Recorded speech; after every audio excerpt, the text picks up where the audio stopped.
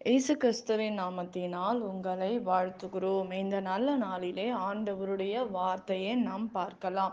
எரேமியா 15ஆம் அதிகாரம் 20ஆம் வசனம். அவர்கள் உனக்கு விரோதமாக யுத்தம் பண்ணுவார்கள், ஆனாலும் உன்னை மேற்கொள்ள மாட்டார்கள். பிரியமானவர்களே, இந்த காலை வேளையில ஆண்டவர் உங்களோட பேசுகிற வார்த்தையை நாம் பார்க்கலாம். இன்றைக்கு ஆண்டவர் உங்களுக்கு விரோதமாக எழும்புகிற ஜனங்கள் உண்டு, ஆனாலும் உங்களை மேற்கொள்ள முடியாது. ஏன் மேற்கொள்ள முடியாது? ஆண்டவருடைய இரத்தம், ஆண்டவருடைய வல்லமை உங்களை பாதுகாத்து கொண்டு இருக்கிறதை நாம் பார்க்கிறோம். ஜனங்களை பார்த்து நீங்கள் பயந்து வேதனையோட நடுக்கத்தோட இருக்க தேவையில்லை. ஏனென்றால் ஆண்டவர் உங்களோட கூட இருக்கிறார். ஆண்டவர் உங்களுக்காக யுத்தம் பண்ணி வழக்காடுகிற தேவன். அவர் நீதி உள்ளவரா இருக்கிறதை நாம் பார்க்கிறோம். பிரியமானவர்களே, ஆண்டவர் சொல்லுகிறார், துஷ்டன் இனி உன் வழியாய் கடந்து வருவதில்லை என்று ஆண்டவர் சொல்லுகிறதை நாம் பார்க்கிறோம். முழுவதமாக ஆண்டவர் நிர்மூலமாக மாற்றி போடுவார்.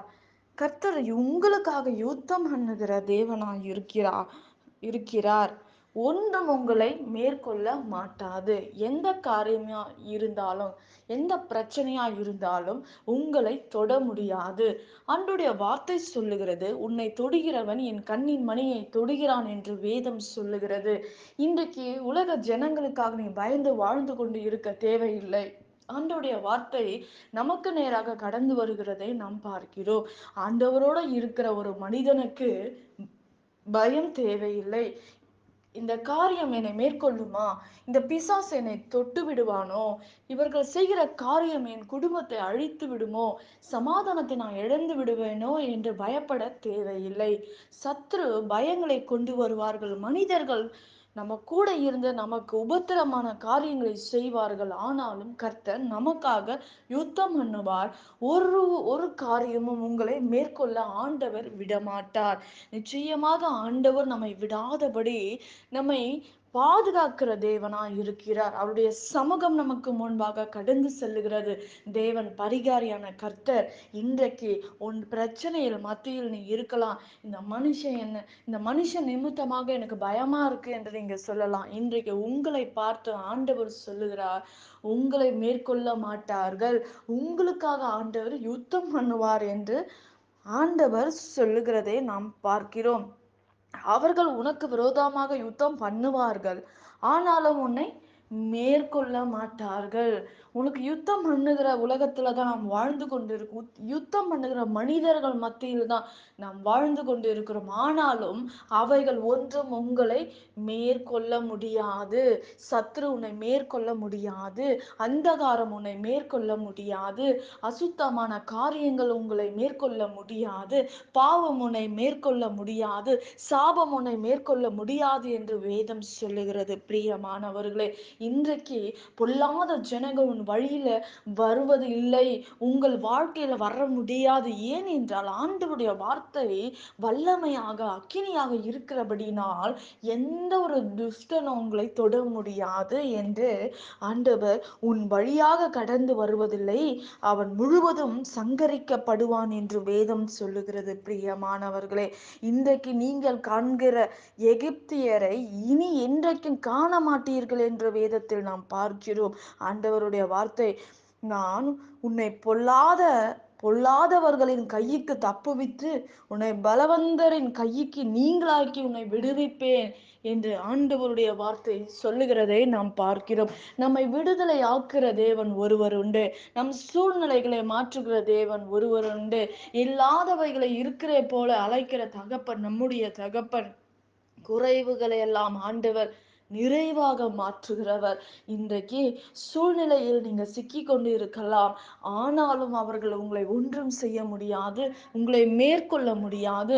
உங்கள் சூழ்நிலைகள் மாறும், உன்னுடைய பிரச்சனைகள் மாறும், உன் நிந்தனைகள் மாறும் என்று வேதம் சொல்லுகிறது. இன்றைக்கு ஆண்டவருடைய மனுஷங்களோட வார்த்தை மாறி போகலாம், ஆனால் உங்களையும் என்னையும் உருவாக்கின தேவன் அவர் உண்மையுள்ளவராய் இருக்கிறார் என்பதை நாம் பார்க்கிறோம் பிரியமானவர்களே. நிச்சயமாக ஆண்டவர் உங்களுடைய வாழ்க்கையில அற்புதங்களை செய்வார். எந்த மனுஷனும் குறித்து பயப்பட தேவையில்லை. எந்த சத்துருவ குறித்து நீ பயப்பட தேவையில்லை. எந்த அந்தகாரம் நம்மை தொட்டு விடுமோ, பொல்லாத மனிதர்கள் மத்தியில் நான் இருக்கேன், இவர்கள் ஏதாவது என் குடும்ப வாழ்க்கையை கெடுத்து விடுவார்களோ என்று பயப்பட தேவையில்லை. கர்த்தர் உங்களுக்காக யுத்தம் பண்ணுவார். அவர்கள் ஒருவரும் உங்களை மேற்கொள்ள முடியாது என்று வேதம் சொல்லுகிறது. இன்றைக்கு நாம் ஜெபிக்கலாம். பரலோகத்தில் வாசமாய் இருக்கிற அன்பின் பிதாவே, உங்க நாமம் மகிமைப்படுவதாக, உங்க ராஜ்யம் வருவதாக. ஏசப்பா, உங்க கரத்துல நாங்கள் ஒப்பு கொடுத்து நாங்கள் ஜெபிக்கிறோம். உங்க வல்லமை இறங்குவதாக, உங்க பிரசனம் இறங்குவதாக. ஆண்டவரே, இந்த வியாதி நிமித்தமாக இருக்கிற பிரச்சனைகளை மாற்றுங்க ஆண்டவரே. அப்பா, சிறுநீரக பிரச்சனையா இருக்கிறவர்களுக்கு சுகத்தை கொடுங்க, அற்புதத்தை கொடுங்க ராஜா. ஆண்டவரே, ஏசப்பா, இந்த நேரத்துல தேவைகளை சந்திங்க. பண பிரச்சனையை நான் சிக்கி இருக்கிற பிள்ளைகளை விடுதலை ஆக்குங்க ஆண்டவரே. வர வேண்டிய பணங்க உங்க பிள்ளைகளுக்கு தேடி வரட்டும் ஆண்டவரே. அவர்கள் மேற்கொள்ள முடியாது, யுத்தம் பண்ண முடியாது அந்த காரியம், இந்த பணங்கள் ஆண்டவரே அவர் வீடை தேடி வந்து கொடுக்கும்படி அவர்களை சந்திப்பீராக ராஜா.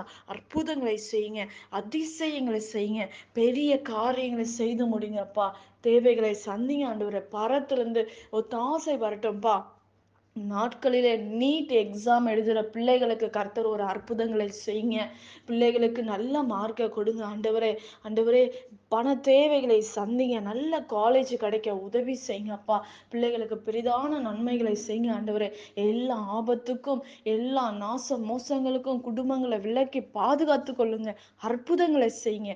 பெரிய காரியங்களை செய்து முடிப்பீராக. சமாதானத்தை கட்டளையிடுவீராக. இயேசுவின் நாமத்தில் வேண்டுகிறோம் எங்கள் ஜீவனுள்ள நல்ல பிதாவே. ஆமேன். கர்த்தர் தாமே உங்களை ஆசீர்வதிப்பாராக. ஆமேன்.